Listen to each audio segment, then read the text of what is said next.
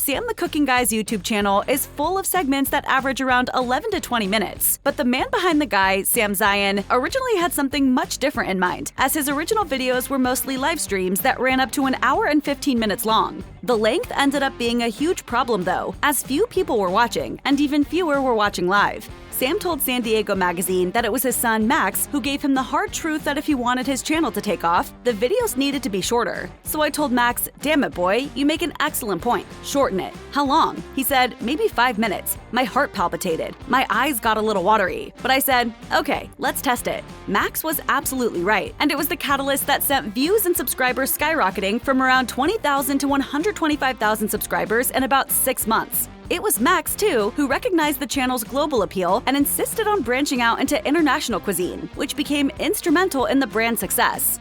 Sam the Cooking Guy believes that a lot of chefs on television make things too complicated and confusing for beginners. Hence his tagline, "Wasn't it time someone made cooking easy?" Zion makes food that is accessible, with easy-to-find ingredients, and tastes good. He also has 15 Emmy Awards, 6 cookbooks, and 4 restaurants to his name, all of which is quite impressive for someone who never planned to get into cooking in the first place. In 2025, Sam and Kelly Zion started speaking openly about her recent breast cancer diagnosis. The diagnosis came after a routine checkup, and it led them to become advocates, using Sam the Cooking Guy's popularity to raise awareness. They also hosted fundraisers and dedicated a portion of proceeds from some merchandise to the Susan G. Komen Foundation. Kelly's diagnosis came in August of 2024, and in February of 2025, they spoke with San Diego Magazine. Sam said, "There's this spot at Scripps La Jolla, right before you go into surgery. It's called the Kissing Square. That's where you say goodbye. I gave Kelly a hug, she walked through those doors, and she took a selfie. Huge smile, even though she was terrified." Kelly has led the way for the entire family for how she dealt with this, and then ultimately how we dealt with it. Never Not Smiling became the family motto, and the Zions' advocacy focused on a positive emotional and mental attitude, the importance of early detection, and the importance of patient navigation. That means supporting patients through every step, from finances to arranging transportation and care, as well as knowing the options available.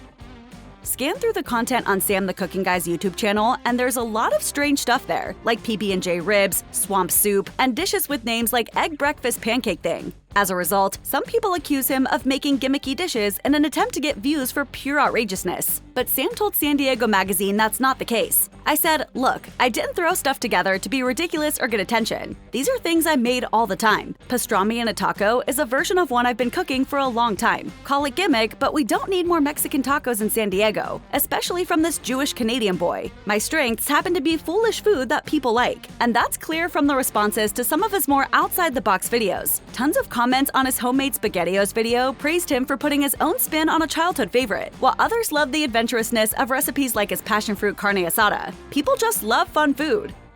When the camera stopped rolling, what are Sam's favorite go-to foods? In addition to his well-documented love of Asian cuisine, Sam told Luxbeat that one of his all-time favorites was a perfectly runny poached egg. "There's just something about a runny yolk that I find really comforting, and I have to admit to having a huge fondness for brisket hash with a couple of poached eggs. That's the perfect comfort food to me." Sam has given shoutouts to other foods too. On his list of favorites are shrimp tacos, which are one of his wife's favorites too, along with Asian salmon, mashed potato tacos, and pastrami tacos. When it comes to dessert, it's a slice of buttered and grilled pound cake topped with fruit and almond tequila whipped cream. Now, who's hungry?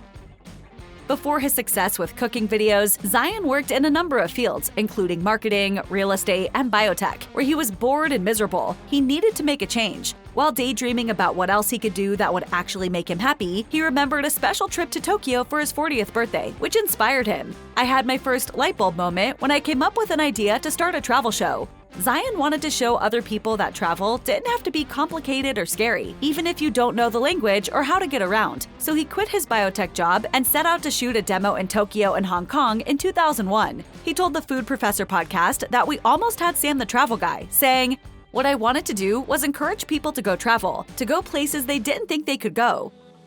Sadly, when the tragedy of 9/11 happened, Zion's plans for a travel show were put on hold. Flights and vacations were no longer possible, and he couldn't sell anything travel-related. Sidelined at home with no job and no plan, Zion started watching lots of television. He said, "I saw a really horrible cooking segment on local news. The chef was making the most complicated butternut squash soup I've ever seen in my life. And I thought to myself, why doesn't somebody do that but in a simpler and more encouraging fashion so that people would feel like they could make it?" And suddenly, Zion Zion had his second lightbulb moment. He should demystify cooking rather than travel. He got a crew to shoot a demo, although his wife, while supportive, reminded him he didn't actually know how to cook. Zion countered that that was ideal. He wanted to make a show where regular people could actually cook the meal. If I can make it, anybody can make it. Everything about Zion's original cooking demo screams amateur. The lighting and sound are bad, the camera work is unsteady, the graphics look cheesy, and Zion himself seems nervous, bordering on joyless. But there's one moment that stands out. He couldn't find the whisk he needed to make the dish, but rather than edit it out, he insisted on leaving it in. This sort of mistake would become part of his signature style of leaning into errors, which endeared viewers to him. Okay, we're not going to use a whisk. Although the quality of the video was quite bad, Zion sent it out to industry professionals anyway. The feedback wasn't great, with one rejection accompanied by the comment, "You don't know what you're doing." But a local San Diego TV station saw the potential. They asked Zion to come on and do a regular segment twice a week, a gig that ultimately lasted 7 years. Those segments eventually expanded to 30-minute shows, winning Emmys and getting picked up by Discovery's Health Channel before Zion transitioned to making his own show online. When it comes to making a cooking show, Zion's cooking philosophy is simple. He said, "My style is casual, informative, and definitely a little silly and irreverent at times. The goal really is to encourage people to cook, and that's the feedback I get all the time." So let's start everything cooking, then we can get to the making, and then the hack, and then the eating, because really, isn't that the most important part? Zion said that 75% of his audience is men between 18 and 45, and he wants to present foods that are easy for them in the kitchen. He does a lot of burgers, grilling, and burritos. He also continues to push back on the idea that he's a chef, since he never went to culinary school or spent time in a restaurant kitchen, until he opened his own. He's just a guy who cooks, making food that's big in taste and small on effort, and wants to show others that if you do anything long enough, you can get better at it, no matter how bad you might be at the start. Leaning into his layperson identity, Sam Zion was a hit when he appeared on The Today Show with Kathie Lee Gifford and Hoda Kotb for a cooking segment titled Fine Dining at Affordable Prices. He didn't get attention for the dish he assembled, however, but rather his snappy comments to the two hosts. In the segment, he tries to explain his dish, but keeps getting cut off. Zion loses his composure a little. Thing we have in our house. Can I talk? I watch the show every day. Everybody has issues with a lot of chatter back here. Pay attention 1 minute.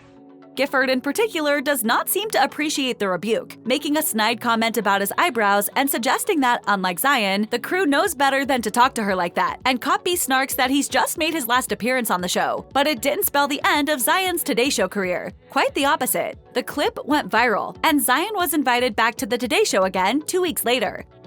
When asked which chefs or on-air personalities he looks up to, Zion cites the OG of cooking shows, Julia Child. It's not because of her cooking skills, but rather her on-air ease and willingness to showcase failure. So what's the biggest inspiration? Zion explained, how natural she was on camera, but that she also left mistakes in, which has always been how I've worked. I've always believed if I made a mistake by dropping something, burning something, even burning me, the audience could learn from it, so why take it out?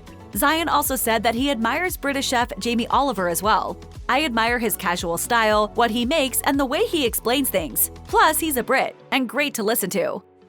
With Sam Zion's background in travel, you won't be surprised to learn that he's still inspired by food from around the world, and even became a foodie ambassador for the Baja Norte Tourism Board. The idea is for Zion to help spread the word in the United States about all of the delicious cuisine to be found in Mexico and help attract tourism to the region. After traveling through the cities and towns of northwestern Mexico, where he visited establishments from food trucks to fine dining restaurants, Zion told San Diego Red that the experience was beautiful and spectacular. He also enjoyed the idea that in Mexico, you can really take your time over a meal without feeling ushered out the door, like in America. Zion also responded to the tasty food in an environment he found welcoming, even though he doesn't speak Spanish. He hopes to encourage others by sharing his experience that if he can enjoy a meaningful trip, feel safe, and eat incredible food, they can too.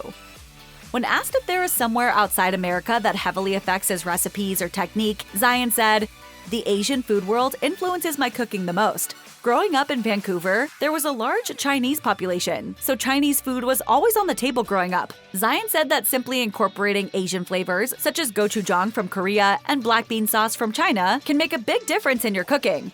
You can really make a hugely delicious change to your food world by adding a few condiments from other people's kitchens. Chinese New Year and beef chow fun was one of the very first segments he did when launching his YouTube show. And since his YouTube channel is now reaching people all over the world, Zion has begun filming segments across Asia, showing people everywhere some of his favorite dishes from the cultures he loves. Destinations so far have included Korea, Japan, and Hong Kong. Ling Lei Dai Hoyan Gai.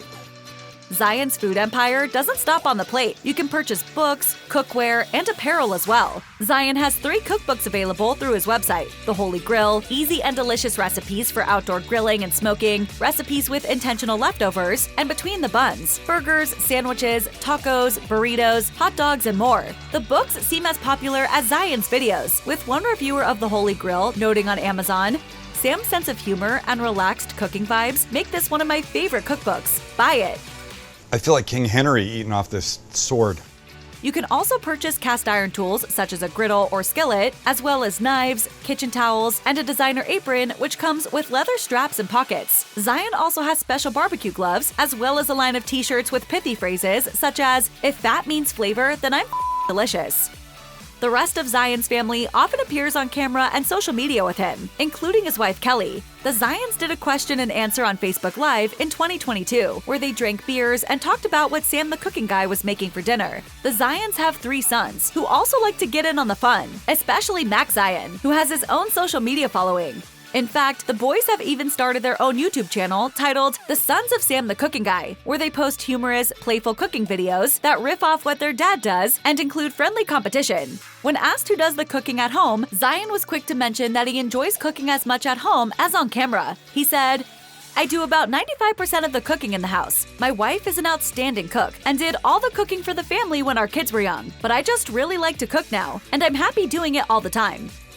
Zion has seemingly cooked just about everything at this point, but it turns out there's one dish that he just hasn't been able to master so far. That dish? Beef Wellington. Zion said, "I was so scared to try it for a long time that I would make any version other than the proper one. I did a tomahawk ribeye Wellington and even a meatball Wellington because I was too scared to try the real one. I finally did one, and it came out pretty good. It tasted and looked great, but I had too much moisture in my mushrooms, and that was a fail for me."